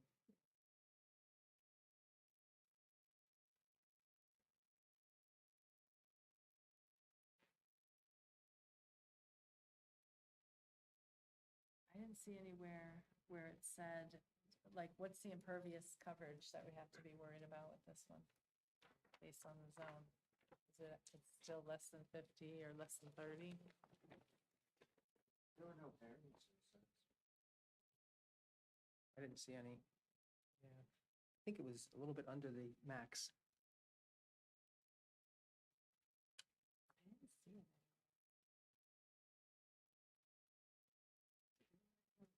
Oh, building height impervious coverage 60%, required proposed 52. One thing I was wondering about is it's been so long since this original major plan for all of North Village was approved. Does NJDEP have any reason to come back after a certain number of years and reassess, you know, and like look at that? I mean, it's the last property, but through the approvals that they gave back in 2016 and then I think 2018 again, whenever it was, that's the question we could just pose. Do they need to come back and reevaluate? Yeah, everything seems to be grandfathered. Why is this 60? Why isn't that 40? Impervious coverage, yeah. It's, they probably got that approval for North Village. Yeah, I'm surprised it's, I mean, just think of how crowded it is in certain sections of that, in the ShopRite parking lot. I mean, it's, they probably asked for it and got special approval for that special zone back when they, I think it was 2016, whenever it first started. Yeah, Said the same thing, and then it was like, oh, it's under. It's like, oh, it's still high. It's supposed to be 40 Yeah. now. Yeah. Depends on, yeah, this special area. Now, what about the setback is supposed to be 60 feet? Oh, and it's bigger than, so that's, okay. Yeah, Sorry, take my thankfully, the question. retention basin, I think, is in Yeah. front, so it Mhm. makes them go back further, else they Maybe right. probably up put it right to the there. road, yeah. I think we should put in big letters. We recommend a park for the senior citizens at this location to provide a little balance. Yeah. The developer could put a nice little sign up with their name on it if they want, you know, Yep. funded by or, you know, donated by. so- Yeah, I think Dyke's Job would be a good one Yes. to make a little park for us all. Yeah. Now, the other things, like parking, like considering all the other parking here, wouldn't it be nice to do a little open space and nice sidewalks that we do right there? And like, why do they have to have their own separate, like 3 times capacity parking area? A lot of it's zoning rules. yeah, Yes. like I think, right, the zoning for the Yeah, it requires. a 36-seat Yeah. restaurant, you need 13 spots. And the Yeah. 2 commercial units, they're small, but that's 11 spots, so they need 24, and they're doing 27. They're doing 3, actually, exactly. And actually, they're gonna have an EV ready. They have a spotter, which They're I think just- they probably get a credit for that too. Yeah, greenwashing. They get a credit. But if they went lower in the number of spots, they'd probably just make the building a little bit bigger, right? So because they have impervious surface wiggle room there. So what could we do with the master plan that would reduce the impervious surface even more? Or do something with the parking spaces, Mhm. you know? What Is there something that can be done with that? Yeah, I mean, the master plan, if you have enough data and studies, you can say that 40 is too much for XYZ zone. I mean, remember, the master plan, the actual zones we have today could change, right? The boundaries, the definitions, the uses. I mean, you have to allow whoever's there, you can't make it illegal, but you have to have grandfathered in. But if we have certain zones that we want to use for other reasons, we can make the impervious, whatever, 30, 20. I mean, we can work with it if we find a good reason. But that would be other part of the thing I master think- plan. Yeah, the other thing I could think you can do in the master plan is increase the buffer zones. Yeah, Yeah. yeah. I mean, and in theory, you could say there's no, this is no longer a development zone because of traffic and that. Like around there, that, Yeah. yeah. The rest of the stuff around it, yeah, but not No. here. We can't change Yeah. it. That's the thing, once these approvals get through, it's like, it's a resolution that's pretty much good for, you can't change it down the road. Yeah. All right, so I have plants, I have lighting, and then we can go through This thing, yeah. that And then plan. I have a few little things from the blueprint. Okay. Okay, do we want to, are we done with the plans? Do we want to go back to sitting down or we want, okay.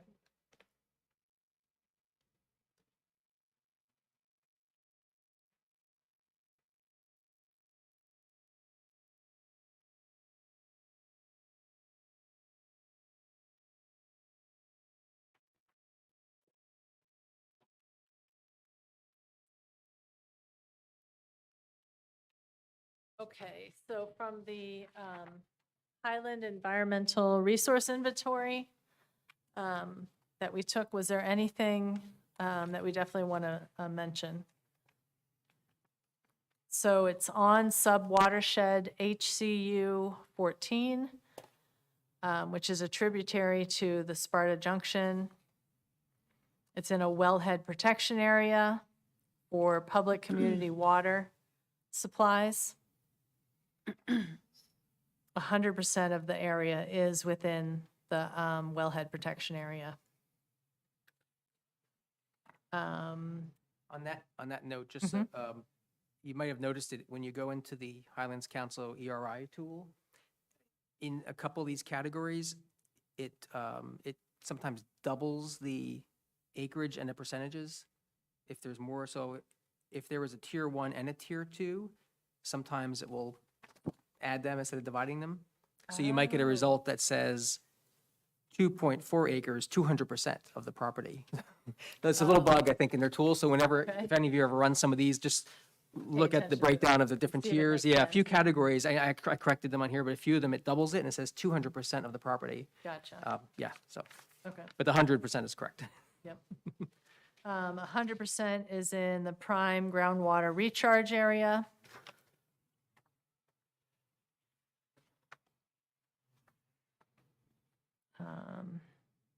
It has a very high watershed value, labeled as, rated as high.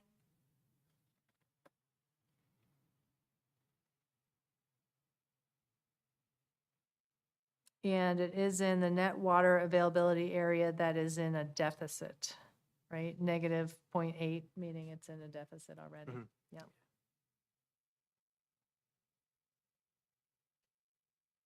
Land use capability zone, it's 99% in a protection zone.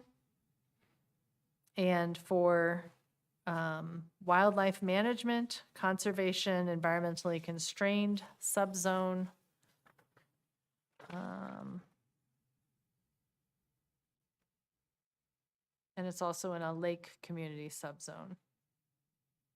I think those are just the various categories that it shows there. Oh, This- okay. Yeah, this one is only that first one, the protection right. zone.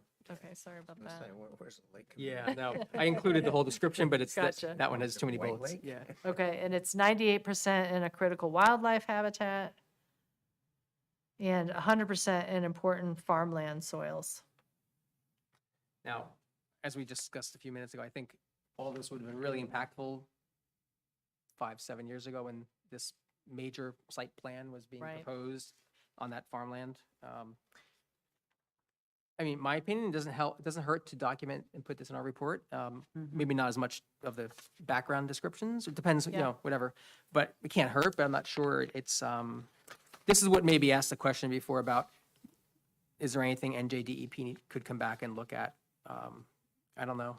I don't know the answer. I would probably suppose not, but Yeah, I just think it's worth noting again that in 1996, they actually said that you shouldn't develop this land. And that was ignored. I just want to get that out there, because that's my job. And, but somehow that, was ignored. So this is just something to be aware of, and as we go forward. And everything I found from the New Jersey Conservation Blueprint, is the same. There's one, one little difference.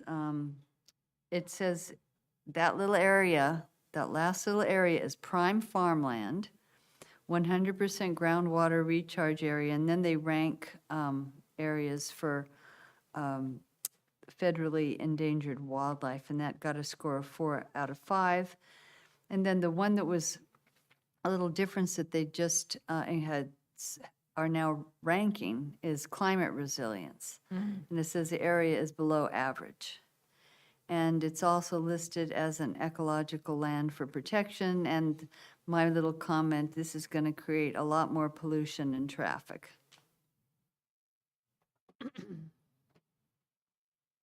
Okay. Moving forward, I know the answer to this is going to be no, but since it seems like there's so much action around the master plan and in the Highlands and, new open space initiative, it seems like there's so many people pushing for it.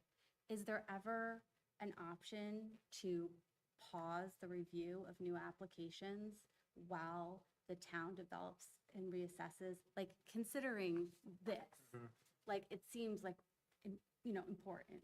So could the town ever pause their review of applications while they're reviewing their master plan? my understanding is no. It's 99.9999% sure. I no. I the would ans- too before I Yeah, the answer is no. From what I understand, it's applications as soon as they are deemed complete, whatever's on the books that moment, that's what zoning applies, and there's no way really to pause them and hold them up and like a moratorium. What I understand is that that's not possible. Okay. So I'll draft a memo about this one from the Environmental Commission, and we'll go from there. All right, we are at public comment again, and we don't have anybody left from the public. Moving on to reports. Who wants to go first? Town council report or planning board report? I don't even remember what we did at that last one. It was very short.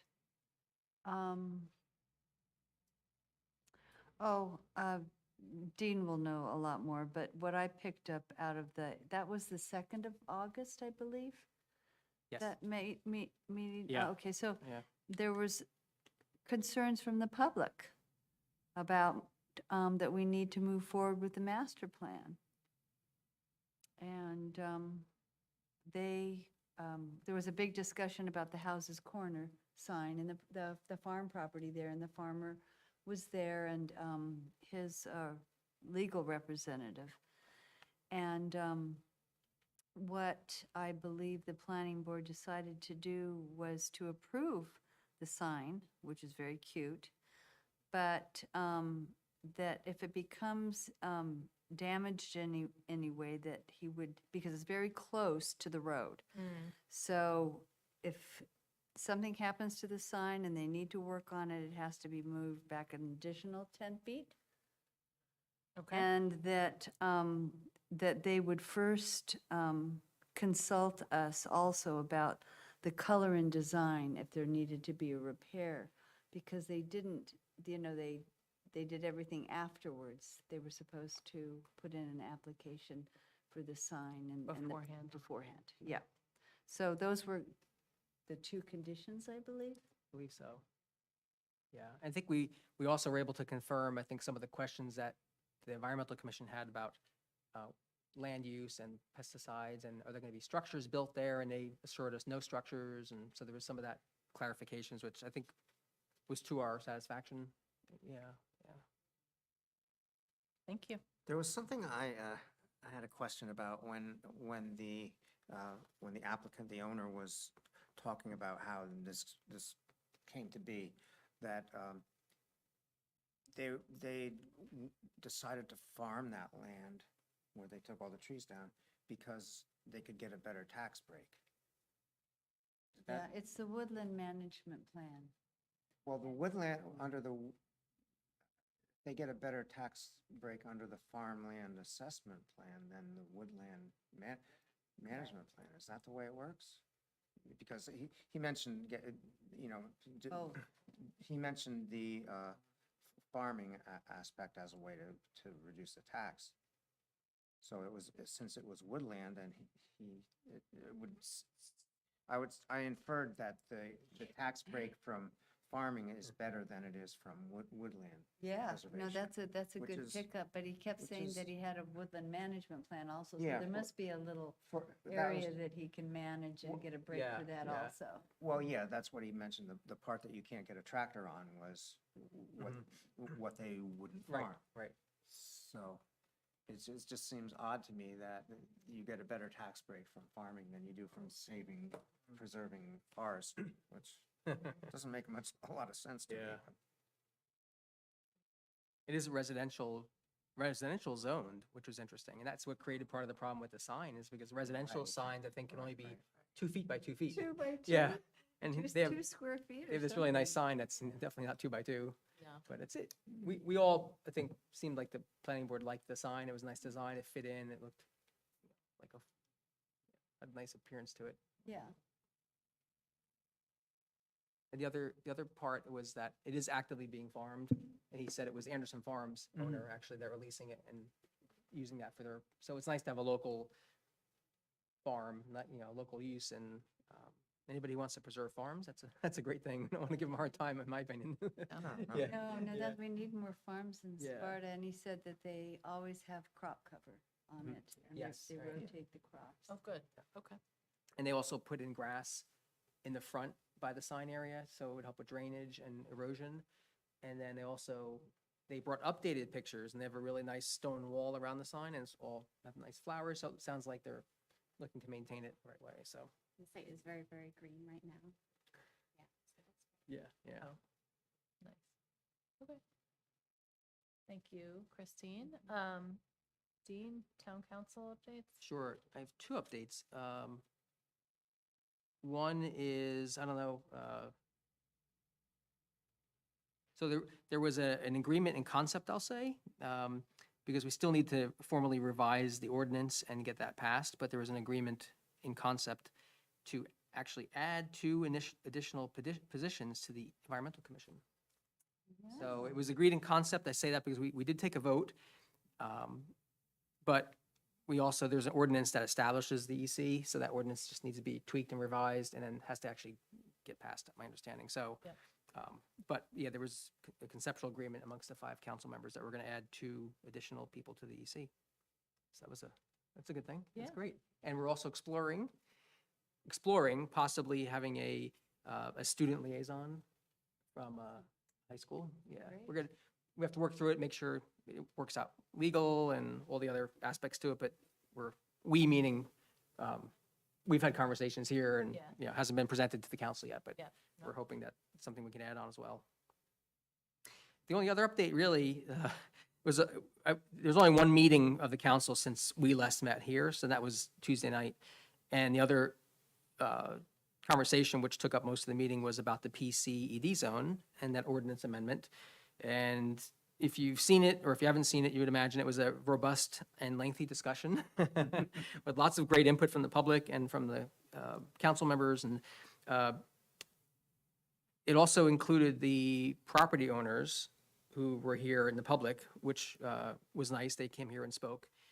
And they own 3 of the lots in that zone. So again, this is a zone amendment. It's not at all about property or lots, but it's a whole zone. They own 3 of the lots in the zone, and they were here to talk about their view of it and their opinion. In the end, the owner and their attorney, they agreed to hold off for 60 days on submitting any land use applications. Just to have us, they asked if the planning board can reconsider some of the elements of the amendment and possibly include them in the conversation as well. So the council agreed and tabled it under those conditions that the owner, there's a commitment to not have any development applications submitted for 60 days while this is reconsidered. And the planning board will now look at that and see if the modifications are still appropriate, and if there's any kind of changes that have to happen to it. Okay. Can I ask a question that's, I don't know whether it's appropriate or not, but is there any way that we could have a bond and buy that area to create a balance for all of the development on the other side?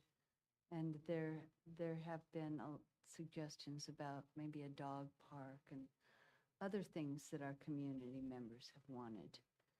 And now we've learned more about the green space and maybe the Highlands Council helping with it. So would the person who owns those 3 plots, would they be amenable to selling it to our town, which really needs it? Yeah, it's a good idea. And they own the reason we keep saying 3 lots, they own the 3 that are undeveloped, which we all know about, across from ShopRite. The other lots on there are developed, like the taco place and those other places right next to it. Yeah, I mean, that's a good idea. It's an idea, that's a question. Of course, it's possible, but, you know, I'm sure that's in the consideration set. I don't know. Is there any discussion going on about that? Is there? Not to my knowledge. And once you get into any area that even touches closely on the periphery of any purchasing of land by the town, that's all done in executive session because, and without the public, because for obvious reasons, once an owner of any land knows that there's an interest in buying it, that could affect the price and the market dynamics and everything, so. So if you use Green Acre funding, you have to purchase it at fair market value. So you have to have it assessed twice, and whatever the assessment is the top you can go. But it makes sense to like open those conversations because they may not be willing. They may want a, you know, an elevated price. You know, it may be totally off the table, but they may want to just get out of it and do something wonderful for the town at the same time. Yeah. How about, So how can we make that? Because we know there's like a path ahead to being able to purchase. And we also know that if we're working with the Land Conservancy of New Jersey, like they could even help us, you know, help Green Acre pre-approve us for the funding. Right, yeah. So it seems like there's a path ahead, and this is something that everyone that I've talked to, I don't know everyone in town, obviously, but it seems like such a concern and so important for the town. Like how can we let someone explore that option? now, I think in the planning board conversations, if the family and the owners, if they come into those conversations, which I'm not saying they will, because the planning board needs to decide on their own if they want to entertain even reconsidering any changes, and if they do, who they want at the table. So I think that would be one step. I think the township also on its own, meaning council, town manager, could discuss that and pursue that avenue as well, you know, if that's something that was desired. Yeah, I'm choosing my words really carefully, because I can't speak for the council. Of course. So how do we bring it up or put it on the council's agenda for executive session, or how do we make that happen? Like me, I'm not saying you have to do all Yeah, the things, yeah. because I know it puts you in potentially an awkward position, but like, Yeah. how can we push this idea? I would say, I mean, one clean way to do it is coming to the planning board meeting or the town council meeting and publicly asking for that or stating that. Mhm. there are Highlands Council grants available too, is that right? Would that be something that? They are typically, but I think when they were here at that joint meeting, they said right now there's no funds, but they're expecting it to be replenished at some point, but yeah. But if the owners aren't in a particular hurry, Well, yeah, that's another thing. then, and they want to do this and just get their money and know, Yeah. you know, we could have there's words for it, like a pre-sale agreement or something like Yeah, that. even if it's 6 or 9 or 12 months, Right. because even the Green Acres money might not be till Right, obviously right. a year from now. Right. Yeah. But if they're willing to go through this process, they could always put it for sale next year if they, you know, if we can't get our act together or something. Yeah. Only if they're willing, if we have a willing seller. Yeah. Yeah, I mean, I'll convey that too, in terms of this conversation, so, yeah, absolutely. That would make a lot of people happy. It'd make all the residents happy, and the people in Lafayette, and the people in Frankfurt, and the people in Yeah. Branchville, and Sandiston, all the way up, Yeah. very happy. Yeah. Not to add to the problem, the huge problem we have along 15. Yeah. I think the question would come down to, obviously, number one, the owner's preference, you know, they are looking to sell. Oh, absolutely. Yeah, are they, what price range, and then secondly, how much money could be pieced together from other sources versus taxpayer money? And I'll also say that the Land Conservancy of New Jersey could help us with that process as, I mean, they do it like it's walking. Like they have those conversations with landowners. They know exactly what the answers to all of their landowner questions will be. They can decide on the spot if they can put money into the conversation. I mean, ultimately, if they lead the process, they end up owning the property. But maybe then they, Well, if yeah, we're willing to yeah. be the end user or the end owner, that's better for them. Like they maybe wouldn't go out of their way to purchase something if they had to maintain it forever. But if Sparta wanted to add a park, then it would be sort of a win-win. Yeah, yeah. So if it's something that the council ends up wanting to explore more, you can ask the Land Conservancy of New Jersey to make those first phone Kind calls. of be a partner in it. Yeah. Yeah, yeah. Yeah.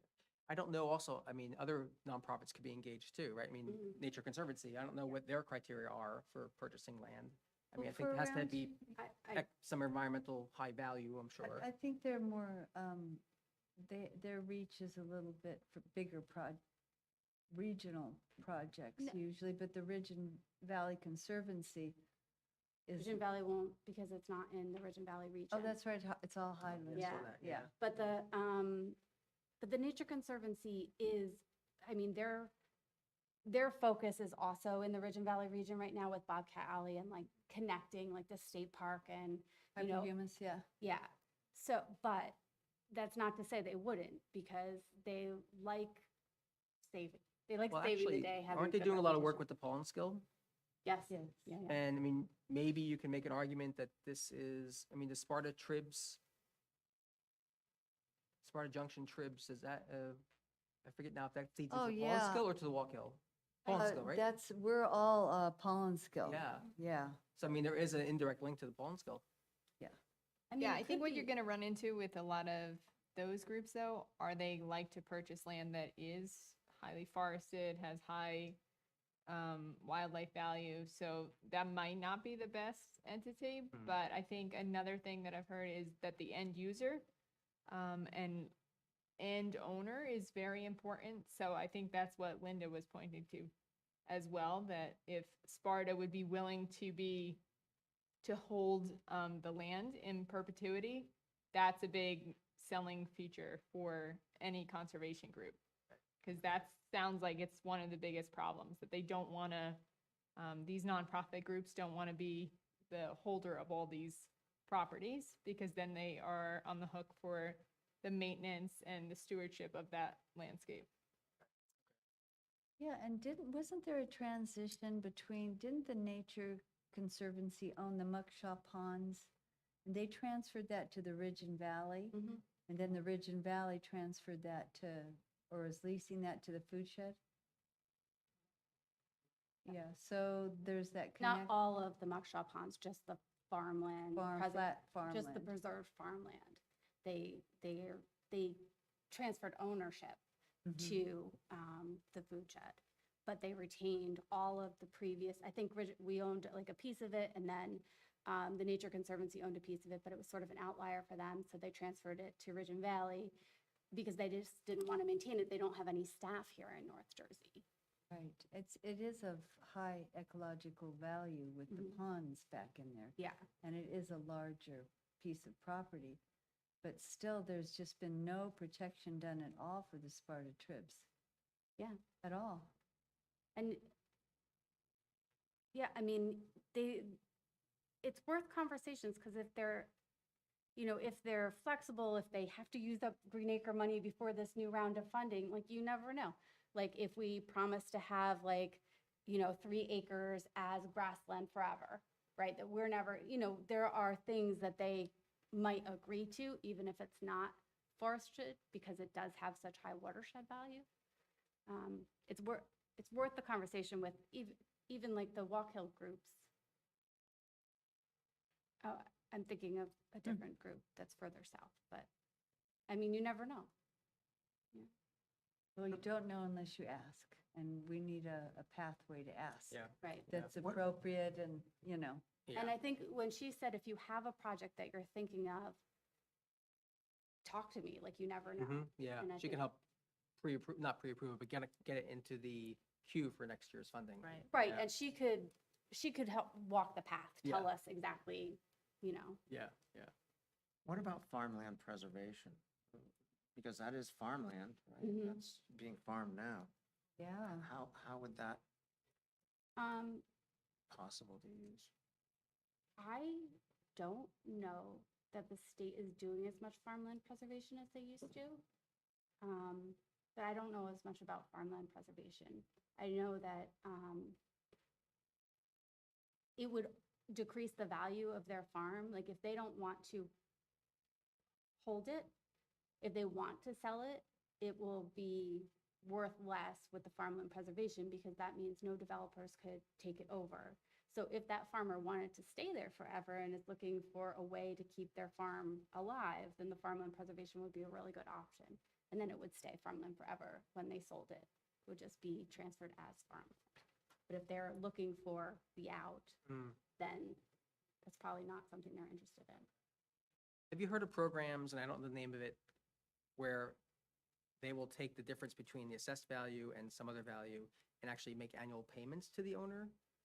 Does that sound a little familiar? Well, she was speaking about that, actually. How, yeah, Barbara was talking about that, how Green Acres didn't fund the full thing right up front. Mhm. So the municipality got bonds for half of it, or 400,000 of it, and then they applied every year for new Green Acres to fund that bond.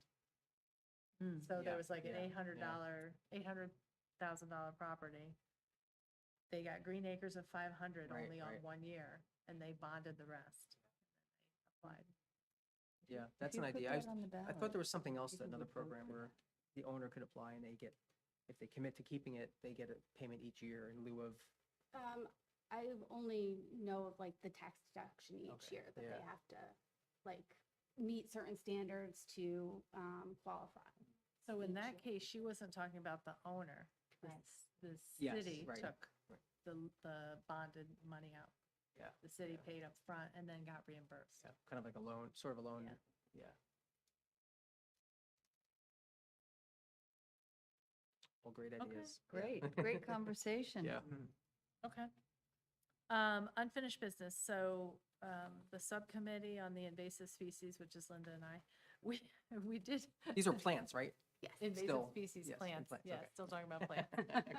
Not other. Not invasive the species. bugs. Okay, not the not new worm that's coming not around, the the big worm. worm, the giant worm. I don't know. The jumping worm, the Japanese jumping worm. Is that what it is? Yeah, Yeah. it started to Lynn be. has a really so gross this year. Yeah, I haven't seen any. Oh, I've seen Have you? hundreds, thousands of nymphs. We're gonna be Oh, inundated. Really? Oh, no, really? It's gonna be Is terrible. it late or not necessarily for No, nymphs?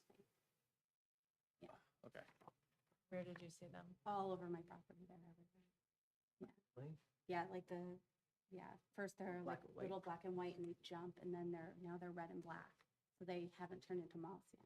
I still had a black and white one that was fairly big. Yeah. I killed on my deck last week. But I hadn't seen very many of them. Yeah. Yeah. I've seen two on my deck. Coming from like Essex County where they were like flying in your face last year and it Oh. was so nice to come here, or 2 years ago that was. Yeah, So nice to, yeah. Okay, we are meeting with, just to give everybody an update, we're meeting with a master gardener from Rutgers tomorrow, actually tomorrow. I was gonna say next Friday, but that's tomorrow. Yes. To further talk through a very rough draft that we have right now and just talk through some of the other questions that might come up about it to make sure that when we have it for you all, it's good to go. Yep. Excellent. And the last thing of new business is Anjac held a informational session about inland floodwater training and discussion. There's some new rules around floodwaters that New Jersey, the state of New Jersey is, I think they passed. They are going to be coming out with some recommendations of what townships should potentially do, as well as potential resolutions or ordinances that they might recommend passing. So the training was excellent. And the new rules seem like they really are going to protect much of New Jersey homeowners as well as property. I don't know how much flooding problems we actually have, floodplains up here, but we certainly can cause problems downstream if we then build a lot up here, right? Because then the water will flow much faster off of the highlands down into lower regions. So anyway, more to come on that also. I don't know if anybody else managed to get those training, but if you didn't get it, it was recorded. Oh, great. Yeah. This doesn't have anything to do specifically with that, but you made me think of the stormwater grant. Does anybody know if we've applied for that $25,000 to help us with our new regulations and our website and everything else?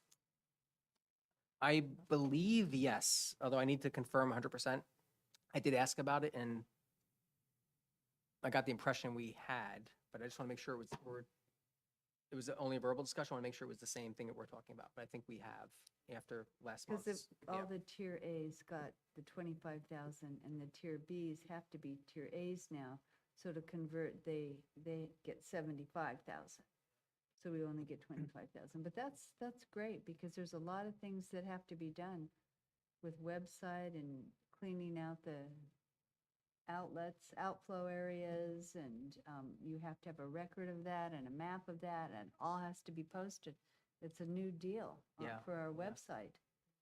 I know we actually talked about it at a council meeting, and I know Sam was going to, and I saw him after a meeting recently, but we're heading out, and I think he said he did. He didn't need anything else from us, but maybe if you give Michelle the exact name of it, and maybe you can just double check with Sam that I think maybe had Corey or somebody was helping. Report from Millennium Strategies, that gives us a breakdown. Oh, maybe So I'll check that Okay. tomorrow. I don't have it in front it of was me. just a one pager, but I think he might have engaged them anyway. Okay.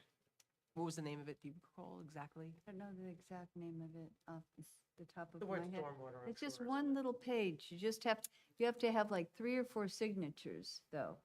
Town council, the engineer, all these people have to sign it, Yeah. but it's really just a done deal. Yeah. If you need a name, let us know, because I know you Yeah, no, emailed I me at one point with the exact form, I think. Yeah, So it's, yeah, we have just to to be do sure. a stormwater management grant. Okay. For the tier A folks. Any other new business? All right. Motion to adjourn? I'll second that. All right. All in favor? Aye. Thank you. I know this was a little bit longer Yeah. than Oh, usual. That was a great but very discussion.